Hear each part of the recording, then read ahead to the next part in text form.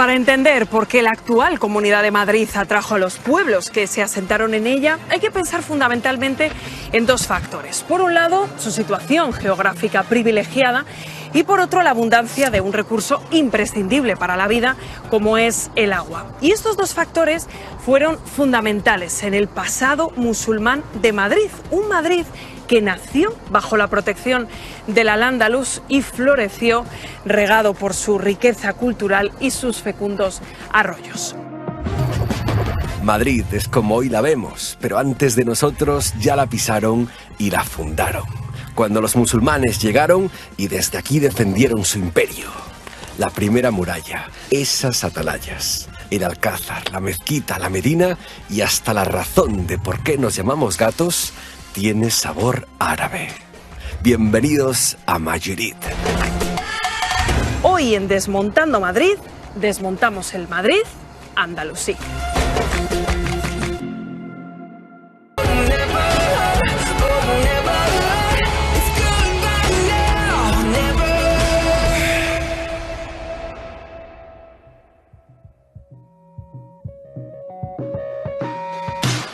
No os voy a pedir que tengáis una calculadora a mano para restar años, pero sí que juguéis a meteros en una máquina del tiempo que nos va a llevar más o menos unos 1000 años atrás. En otros programas de Desmontando Madrid hablábamos de los romanos, sabemos que fundaron municipios aquí, pero claro, ninguno se llamaba madridensis, no sé, ¿cuál fue ese origen? El origen es un origen andalusí. En el año 711, un ejército de unos 18 o 20.000 soldados conquista la península, se extiende hacia el norte y funda 150 años después Madrid. O sea, ya nos has dado una pista importante, que es que el origen de Madrid es musulmán, ¿no? Pero, ¿qué pasa? ¿Qué había antes de que llegaran los musulmanes aquí, por situarnos? El reino visigodo de Toledo, la Hispania visigoda, es un reino en crisis, podríamos decir. Y por lo que sabemos del origen de la conquista, se encuentran a un reino de 4 millones de personas que probablemente colabore en cierta medida con la conquista. ¿Fue, digamos, coser y cantar? ¿Llegaron aquí y se instalaron cómodamente? Sabemos que hay un destacamento militar que se enfrenta con el ejército visigodo en alguna zona del río Guadalete, en una batalla en la que el ejército visigodo prácticamente desaparece. Y el ejército conquistador, compuesto de árabes y bereberes, se extiende en dos líneas, conquistando Andalucía, Extremadura y llegando a la capital del reino visigodo, en Toledo, en el 711. 7 años después han conquistado prácticamente todo el territorio. Un emir, Abderramán I, procedente de Siria, establecerá el poder centralizado en Córdoba y Al-Ándalus se extenderá como emirato 200 años aproximadamente. Imaginaros que somos los musulmanes que queremos conquistar la península ibérica, habitada por diferentes pueblos que no siempre nos iban a ver con buenos ojos. Primero calma, quedó el centro y el oeste del norte de España. No les interesaba mucho, eran zonas menos desarrolladas y donde más resistencia encontraron. Madrid nace como una fortaleza para frenar el incesante anhelo expansivo de Toledo. Toledo no renuncia a perder la capitalidad, pero los omeya la desplazan a Córdoba. Toledo deja de ser la capital del reino. Para frenar esas revueltas permanentes de Toledo, lo que hacen es amurallar, por así decirlo, los alrededores de Toledo. Desde La Mancha y desde el norte van creando pequeñas fortalezas que luego muchas derivarán en pueblos y ciudades. Como Córdoba, por ejemplo, que mencionamos. Como Madrid. ¿O Madrid? Claro. ¿Y qué eran las marcas? Marcas eran las fronteras. Y esas marcas, Felipe, para que nos hagamos una idea, ¿cómo eran? ¿Eran murallas tal cual, físicas? Eran puntos, como Madrid, conectados con otros puntos militarizados. Había desde pequeñas atalayas a ciudades, ciudadelas, alcazabas más grandes, con guarnición militar. Efectivamente. No penséis en algo parecido a la gran muralla china cruzando España, no. Lo que necesitaban era no dejar ningún espacio en todo ese vasto territorio sin vigilar. Y entre las ciudades, Zaragoza, Madrid o Badajoz, construyeron esas atalayas. Solo quedan restos de 8 en la Comunidad de Madrid, pero tuvo que haber muchas más. Vamos a abrir una. No eran muy grandes, porque solo las habitaban 2 soldados que se repartían los usos de los 4 pisos. Las atalayas más chiquititas quizá eran la estructura militar más pequeña de todas, y luego estaban estas ciudadelas que se iban avisando unas a otras. ¿Y cómo lo hacían, Felipe? ¿Cómo se avisaban? Las atalayas son las que contenían siempre una pequeñísima guarnición militar y una forma de aviso clásica, que es mediante el fuego.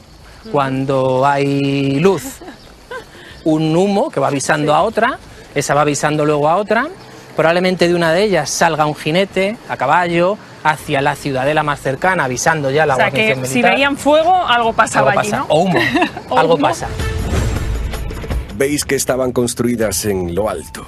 Siempre buscaban alturas de unos 800 metros para que el humo provocado por las hogueras pudiesen verlo en la atalaya siguiente. Así iban saltando los avisos de peligro hasta la plaza fuerte más cercana. Ya sabemos cómo fue la conquista musulmana de la península ibérica y cómo después los reinos cristianos del norte se empezaron a expandir poco a poco hacia el sur. También sabemos qué hicieron los califas para defender su territorio y que más o menos por aquí pasaba un sistema defensivo llamado Marca Media. Las raíces de Madrid están cada vez más cerca. Juan, estamos en el Parque del Emir, un lugar maravilloso de Madrid. ¿Por qué me has traído aquí? Porque precisamente lleva el nombre del fundador de Madrid, Mohamed I, que fue emir de Córdoba y gobernó entre el 852. El fundador de Madrid. Sí, entre el 852 y el 886. Y fue él el responsable de dar las órdenes para la construcción de una fortaleza que con el tiempo dará lugar a una medina, que será el núcleo de la ciudad de Madrid, tal y como lo conocemos. El núcleo de Madrid fue esa fortaleza de la que me hablas. Correcto. ¿Por qué ubicarla aquí? Hay muchas razones, pero sobre todo mantener a Toledo en la órbita del poder de Córdoba, para evitar los ataques cristianos, pero no solo eso, no lo olvidéis, también para impedir los levantamientos continuos de Toledo contra Córdoba. ¿Os acordáis de la Marca Media? Esa frontera imaginaria que protegía al Andalus. Madrid, ahí lo veis, tenía una posición que maravilla a cualquier experto en defensa. Cerquita de Toledo, para poder vigilar y controlar cuando allí se empeñaban en levantar la mano frente a Córdoba, y perfecta para contener los ataques cristianos que llegaban desde fuera de esa marca. Te traigo aquí porque es en este preciso lugar donde nace Madrid, donde se ubicaba la fortaleza que acabará dando origen a la ciudad de Madrid. ¿Aquí junto al Palacio Real, donde estamos? Justo en la zona del Palacio Real. Ahí estaba la fortaleza. Sus dimensiones eran mucho más reducidas que lo que es la residencia real hoy en día. Eran no solo para evitar los ataques de los cristianos del norte, para evitar posibles levantamientos dentro del territorio controlado por el Emirato de Córdoba, sino también como punto de partida para realizar aceifas hacia el norte. Entonces tenemos que entender, Juan, que el origen de Madrid era esa fortaleza que se ubicaba aquí, un poquito más pequeña que el Palacio Real, y con un carácter, como decía, sobre todo defensivo, ¿no? Correcto, pero también funcionaba como alcázar. Como alcázar, háblame un poco del alcázar. Pues el alcázar viene del término árabe alcázar, que significa palacio, y era la residencia del gobernador, el representante del poder del Emirato de Córdoba en Madrid. ¿Y qué función tenía ese gobernador en ese alcázar? Administrar básicamente el territorio que controlaba Madrid. Era la residencia y ahí desempeñaba sus funciones meramente administrativas y militares. Pues es muy interesante y en este programa, como sabes, tenemos a nuestro sabio que nos va a ayudar a entender cómo era ese alcázar. Si el Palacio Real es la casa de los reyes, el Alcázar, ahí lo tenéis, era la casa del gobernador. No queda mal ahí en el centro de la ciudad, pero vamos a ser realistas y verlo así, tal y como era. La ciudadela, dentro de murallas, medía unas 4 hectáreas y además de la casa del gobernador había un pequeño castillo y claro, una mezquita. Es una maravilla verlo así, porque a partir de ahí se fue transformando en lo que hoy vemos si nos ponemos enfrente. Entiendo, Juan, que en torno a esa fortaleza de la que nos hablabas, como el origen de Madrid, habría vida, ¿no? Una población pues, con sus casas, sus trabajos. A la sombra de esa fortaleza surge una medina y precisamente estamos en el corazón de esa medina. Aquí, en esta calle Mayor. Aquí, en esta calle Mayor, en esta zona es donde se extendía el Madrid islámico. ¿Y cómo eran esas medinas? Tenemos muchos ejemplos en el mundo islámico de planificación urbanística, pero ten en cuenta que cuando vienen los musulmanes aquí a la península ibérica se encuentran con que la mayoría de las ciudades importantes están o tienen un trazado romano, pero este trazado se va adaptando a las leyes, costumbres, tradiciones de los nuevos pobladores y al final acaban teniendo el aspecto que a nosotros nos llaman tanto la atención. Y en el caso de Mairit, que no sé si lo estoy diciendo bien. Majirit. No, Majirit. Suena muchísimo mejor. Majirit. ¿Cómo tenemos que imaginárnosla? Pues nos la tenemos que imaginar como cualquier otra ciudad pequeña de la marca media en aquel momento, a mediados del siglo IX, a partir de mediados del siglo IX, con su mezquita, que es la que articula la vida. Había unos arrabales, Madrid creció, especialmente significativos fueron los arrabales del sur y del este. Había una musala, que era un espacio al aire libre para congregar a multitud de fieles con motivo de la celebración de alguna fiesta relacionada con el calendario islámico, como la de final del Ramadán, o el cementerio. Un cementerio también. Un cementerio. Una ciudad pequeña, amurallada, es más fácil de controlar si no hay muchas puertas. Fijaros en una, la de La Vega. Era una de las entradas a esa ciudadela que ya iba creciendo en los alrededores del Alcázar. Cada vez vivían más personas. Y si vivían, también morían. Por eso, cerca de la otra puerta de la ciudad, también crecía el cementerio. Pero nos gusta más la vida. Así que pasemos de nuevo por nuestra primera ciudad hasta esa puerta. Igual os suena más así. Bueno, Daniel, estamos paseando por este Parque del Emir maravilloso junto a los restos de la muralla que rodeaba Mairit, ¿no? ¿Cómo era esa muralla? Tienes que imaginar en primer lugar que era más o menos el doble de alta de lo que... El doble. Tiene una anchura también bastante considerable, pues entre 2,5 metros y 3 metros y medio. Y está hecha con una técnica que se llama aparejo cordobés, que podemos ver también en la mezquita de Córdoba. ¿Y qué es? Que es colocar los sillares. Los sillares son los bloques de piedra, van alternados a soga y a tizón. Quiere decir que unos sillares se colocan a lo largo, o sea, paralelos a la dirección de la muralla, y otros se colocan a lo ancho, ¿no? Por eso desde aquí vemos unas piedras más largas y otras más cortas. En realidad todas las piedras son iguales de tamaño, pero unas están colocadas a lo largo y otras a lo ancho. Y me llama la atención este hueco de ahí. ¿Tenía alguna función? Eso es un portillo. Lo que ha desaparecido ahí es una de las puertas de entrada a la muralla, que era la puerta de la Vega. Entonces, al lado de cada puerta, como las puertas realmente eran construcciones militares muy fuertes, con unas grandes hojas de madera forradas de hierro, en fin, que no era una cosa como para entrar y saliendo así fácilmente, al lado de cada puerta siempre había un portillo, o sea, una puertecita pequeña para que la guardia pudiera entrar y salir rápidamente en caso de hacer alguna... Vais a ver cuánto de alta era la muralla original. Imaginaros cómo tenían que ser las puertas grandes y lo que costaría moverlas. Casi 1 kilómetro de muralla, con un foso en algunas zonas que protegía y permitía dormir tranquilos a los vecinos de Mairit.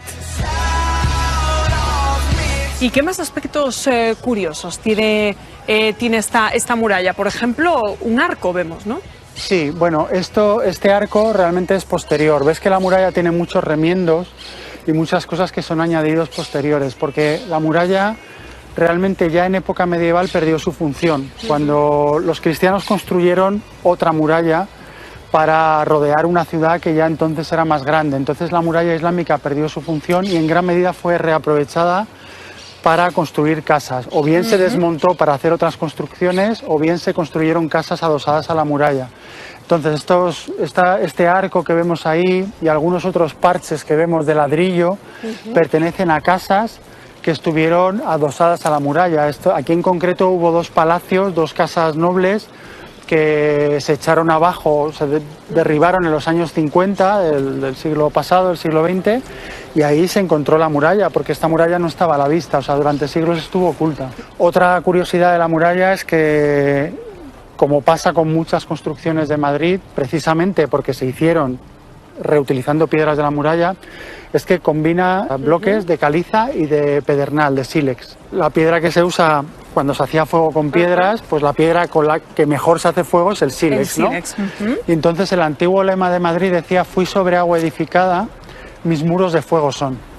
Qué Fui bonito. sobreaguadificada porque por debajo en el subsuelo había bastantes arroyos y mis muros de fuego son porque cuando lanzaban, por ejemplo, flechas, pues las flechas provocaban chispas, ¿no? Me encanta que podáis ver esto. Nuestras murallas de fuego son. Imaginaros las flechas del enemigo golpeando la piedra. O mejor dicho, el sílex. Pasaba esto. Chispas por todas partes. Y esa muralla, Daniel, como viene siendo habitual, tenía puertas, ¿no? Sí, claro. Pues a ver, la muralla islámica tradicionalmente se ha pensado que tenía 3 puertas, la puerta de la Almudena, la puerta de la Vega y la puerta de la Sagra. De estas 3, realmente, las únicas que están documentadas arqueológicamente y documentalmente son la puerta de la Vega y la puerta de la Sagra, que desaparecieron en los siglos XVI y XVII, que fue cuando se destruyó la mayor parte de la muralla islámica. Y la tercera puerta, la de la Sagra, estaría cerca de esta zona donde nos encontramos, estaría al norte de la ciudadela, pero realmente nunca se han encontrado restos ni pruebas fehacientes de que esa puerta existiera, es una suposición. Y Daniel, ¿en esta estructura había torres? Justamente aquí donde nos encontramos hubo una que fue una atalaya y era una torre que estaba situada a bastante distancia de la muralla y tenía como función proteger toda esta zona, ¿no? ¿Pero hay restos de esa torre? Sí, existen los cimientos que están en el parque. Ah, en el subsuelo. Se la conocía como Torre de los Huesos. Anda, ¿y eso? Pues no se sabe muy bien. Habitualmente se piensa que se llamaba la Huesa del Raf. Muchas veces se ha pensado que esa Huesa del Raf era un antiguo cementerio musulmán, pero el hecho es que nunca se ha encontrado. Esta plaza se ha excavado completamente, se ha vaciado, de hecho, para construir un parking y nunca se han encontrado restos de ningún cementerio. Para que os situéis en la ciudad, ahí en un lado de la Plaza de Oriente estaría la Torre de los Huesos, cerca pero no pegada a la muralla. Vamos a la plaza, abrimos un poquito el parking y colocamos en su lugar original esta atalaya de defensa, de la que hoy podemos ver los cimientos cuando venimos a aparcar el coche. Bueno, yo creo que esto va por buen camino. Ya hemos contestado a la pregunta de cuándo y quién fundó Madrid. ¿Cuándo? En el siglo IX, ¿quién? Muhammad I. Pero yo sigo teniendo una duda. ¿De dónde viene el nombre de Madrid? Sabemos que su precedente es Mairit, pero ¿cuál es su origen? ¿Cómo evoluciona? ¿Y de qué viven los madrileños de Mairit? Marisa, la verdad es que resulta fascinante imaginarnos cómo debería ser Mairit partiendo, claro, de la idea actual que tenemos de Madrid. Es que lo primero que tendríamos que hacer es imaginarnos esta ciudad sin edificios, como si fuera un Photoshop, levantar todos los edificios por campas e imaginar esto como un espacio de campo. Bueno, un poco como hacemos aquí en este programa. Entonces, bueno, lo que estaríamos actualmente sería en un área de arrabal, es decir, un espacio fuera de la muralla, posiblemente un área de cultivo donde vivía la población. La estructura de las 4 hectáreas que tiene la ciudadela se quedó pequeña y cuando pasa a ser Madina tiene más importancia, hay más población y se crean barrios. Este sería uno. ¿Y cómo era la convivencia en esos barrios, Marisa? Bueno, si me estás preguntando si había cristianos y musulmanes, es una cuestión complicada de saber. Lo que se produce es un pacto con las poblaciones, que es la dhimma. La dhimma lo que implica es que los cristianos pueden mantener su propia iglesia, pueden mantener su propio culto siempre y cuando no construyan los muros más altos que las propias mezquitas y que no construyan otras nuevas iglesias. Es decir, la convivencia, en caso de que existiera, sería una convivencia pactada. Menos mal que se llevaban bien, porque mirad cómo iba creciendo la Medina, la ciudad, ya fuera de la muralla, con nuevos barrios al sur y al este. Casi más gente vivía allá extramuros que dentro. Y cuando crece una ciudad, crecen también sus necesidades físicas, pero también las espirituales. Esa es de suponer que entonces habría aquí en Madrid una mezquita, o más de una incluso. Bueno, tendría que haber una mezquita, por lo menos una mezquita principal. ¿Dónde está localizada? De ahí tenemos muchas dudas. La teoría general, lo que es la historiografía en general, considera que se encontraría en este emplazamiento. Aquí donde estamos. Aquí donde estamos. Que lo que vemos actualmente no es los restos de la mezquita. Lo que tenemos delante sería... ¿Delante aquí? Aquí serían los restos del ábside de la iglesia de Santa María. La iglesia de Santa María se crea después de la conquista cristiana. Para ello lo único que haces es transformar la naturaleza del edificio. La mezquita tiene una orientación sur-sureste y un minbar para dirigir la oración. La iglesia siempre tiene una orientación canónica que es este-oeste, porque en el este es donde está la resurrección, es donde se hace el misterio, y en la puerta sería por donde entran los fieles, y casi siempre en todas las que es una cuestión simbólica la orientación. Es una cuestión simbólica y al mismo tiempo es una cuestión ritual. Cruce de Bailén con la calle Mayor. Por aquí estaría esa mezquita que alimentaba el espíritu de Madrid. Igual vista así está fuera de lugar, pero sus vecinos reales eran estas casas. Y ya que estamos, a ver si podemos entrar. Una mezquita no muy grande, con los arcos que a todos os suenan y con ese patio central perfecto para la oración. Un lugar importante en aquella ya no tan pequeña ciudad. Por lo que nos estás explicando, Marisa, Madrid le debe muchísimo al agua. Hombre, por deberle le debe hasta el nombre. El nombre de Madrid. Normalmente se cree que viene desde la palabra Maira, que es agua, más un sufijo ite, que crearía la palabra Mairit, que sería cursos de agua abundante o agua abundante.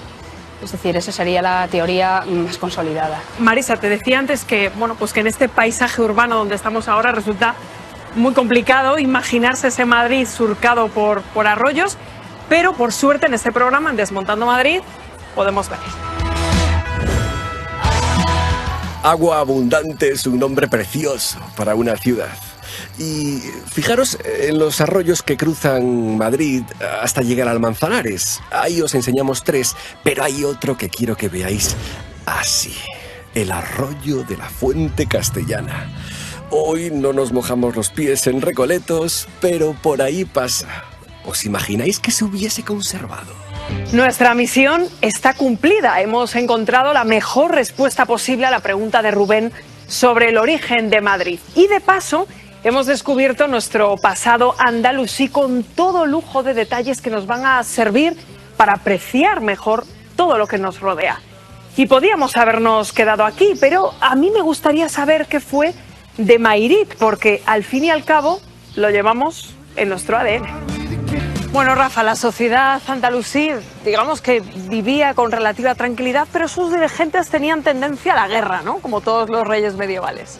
Sí, lo que de hecho prácticamente fue una sociedad bastante armónica en la que todos convivían, ¿no? Judíos, cristianos, musulmanes, pero al principio del siglo XI, es cuando se produce una especie de guerra civil, básicamente porque había varias familias, había varios monarcas que reclamaban el trono del califato, ¿no?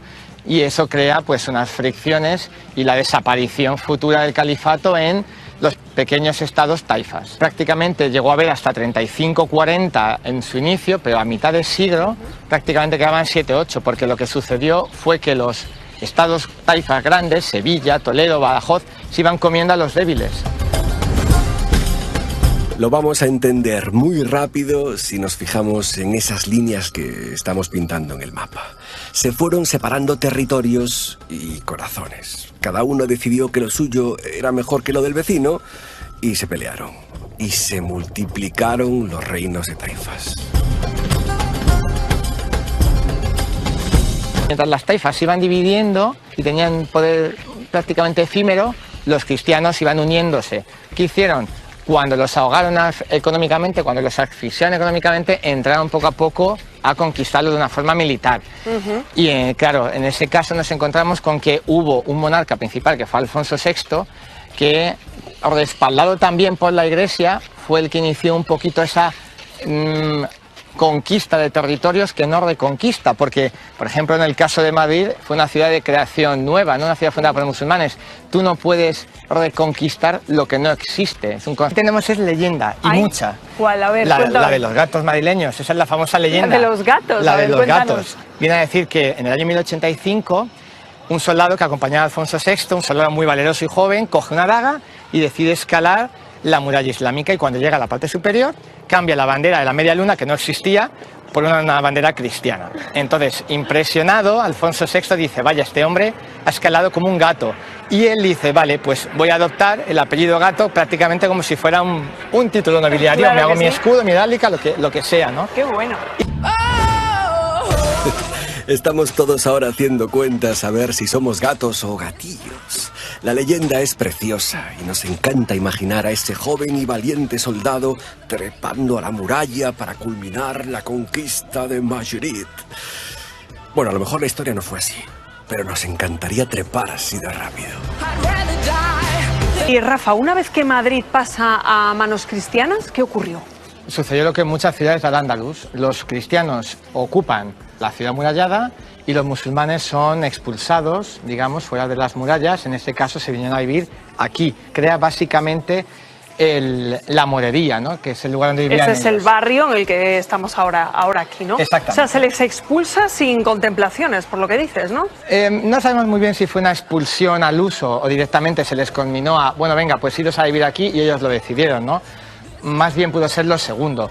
Los cristianos vivían solos, no vivían con los musulmanes teniéndolos como súbditos o vasallos, ¿no? En su mismo reino. Entonces había que crear un estatuto, y ese estatuto fue el de los mudéjares, ¿no? Vamos a protegeros, vais a vivir en la monería, vais a tener determinados oficios, ¿no? Vais a pagar más impuestos y se os permite tener costumbres, religión, todo lo demás, ¿no? Y Rafa, ¿cómo cambia la ciudad cuando ocurre esto que nos estás contando? La ciudad pega un cambio importante, porque primero la ciudad pasó de prácticamente 9 hectáreas que tenía a 35, porque lo que hace Alfonso VI y los monarcas que le suceden es construir la muralla cristiana.